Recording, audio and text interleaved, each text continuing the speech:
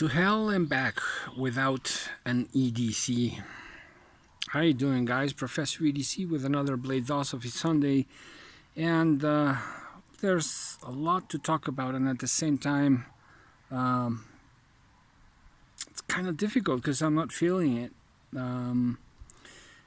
But we're gonna give it our best shot. What has happened? Well, a very, very dear person to me passed away, my grandmother.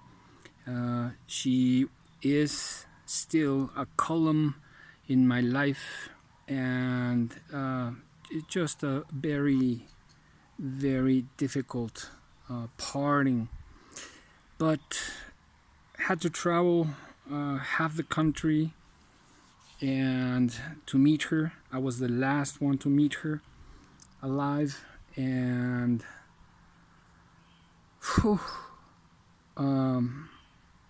just a marathonic travel and everything around it till the last moments, without sleep, without any food but water and the coffee. And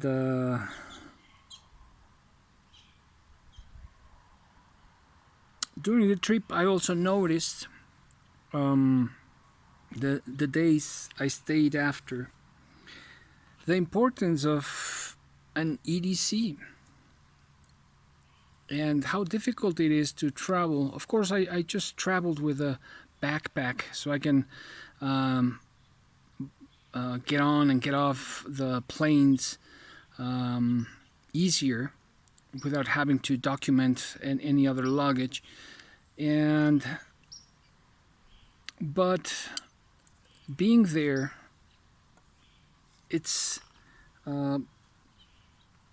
just really, it has become something indispensable in my life, and this is usually what I carry: a traditional knife, a modern knife, folder, so slip joint, folder, modern folder, of fixed blade, and a multi-tool.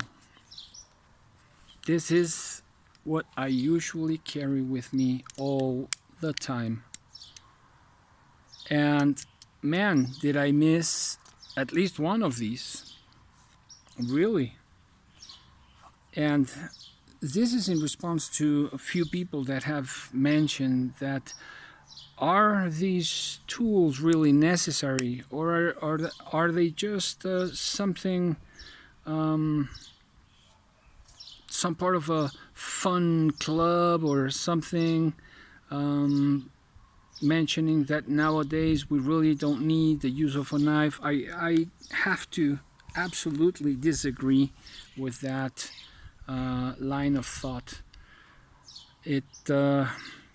I wish I would have had any of these in this trip, because they would have come in very handy. Of course, fixed blade as well. Just tools that have been with us for many, many years, if not centuries, millennia, but they are still necessary today in age. That's the first thing I learned, and the most superficial one, if you want, but that's something I learned during this trip. And the trip is still giving me a lot of material to think about and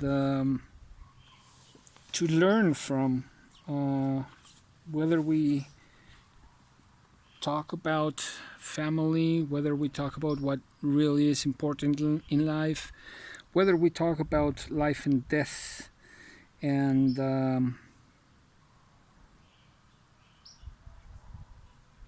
how one presents and the other also, how life presents itself, and then how death, no matter what, is always a surprise, and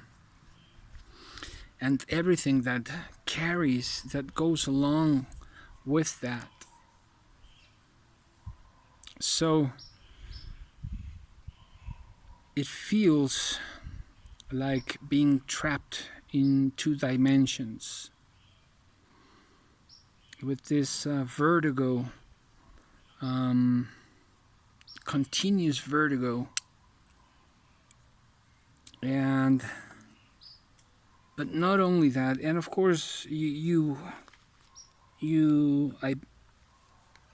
have to imagine the overwhelming sadness, right? Because it is something that just doesn't go away. It's like waves in the ocean, you know, sometimes they come, small waves, and then they fall back, and then a bigger wave comes along, and one does what one can do to keep on going, and that's what we have to do, right? Not trying to throw my emotions under the carpet and negate, hide them, just dealing with them. Isn't this gorgeous? Man, this is gorgeous. One of my favorite Jack Wolves. Fantastic. And just a lot of doubts, a lot of questions arise with life and death matters, especially when we talk about really, really close people in our lives. Like I said, a column in my life, and those are very few, very, very few. I have very few columns in my life, but they are very important and very strong columns in my life. And right now I've been talking about and thinking about the path of different characters in mythology and in literature, the path of going to the underworld, and how going through the underworld is an odyssey, a travel that each and every one of us must do in one way or another, and hopefully we'll come out stronger, better in some way. Hopefully, I'm not so sure about that. Just based on the stories, right? Based on a few people that I've met, that I've known, that have gone through that. Those trips, those odysseys, and that have done so. In the meantime, we go back to walking at the life is, and I haven't mentioned that in quite a while, and it has a deeper sense right now. Walking at the edge border. You know, life is like walking on the edges border. If we apply too much pressure on one side, we're going to cut ourselves. If we apply too much pressure on the other side, we're going to cut ourselves, as well as in front or backwards. So we must maintain a balance to keep on walking on that edge. Either way, sooner or later, we're going to get hurt. We're going to get cut. But the thing is to learn how to walk, how to live at the edge of the blade that is called life. Pretty tough times, gotta say.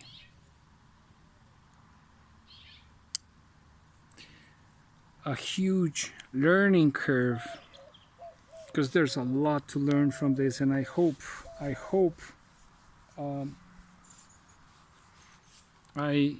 get to learn a lot from this. Otherwise, it would just be a waste.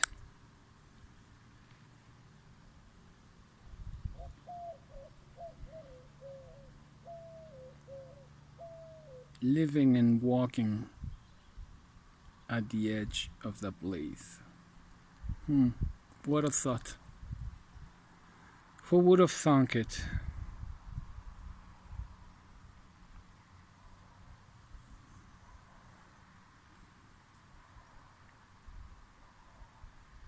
And yet, so many stories let us know the Divine Comedy, right? Persephone and Hades,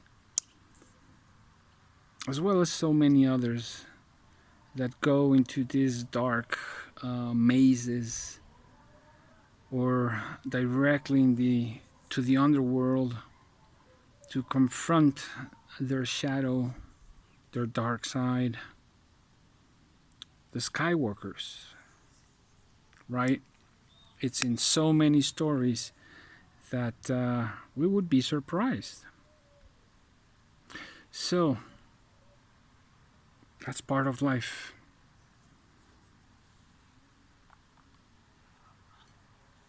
To accept that long, dark tunnel and hopefully find the light on the other side.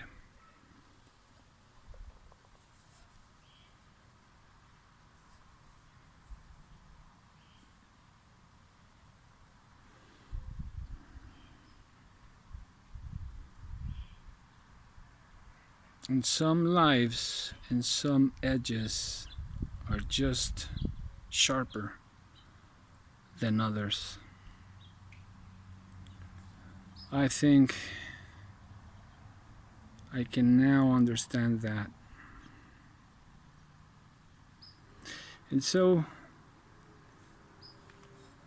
my wishes for you, for all of you, is that you and your families may be well, may be full of blessings and health, and may you enjoy the loved ones around you. Professor EDC, out.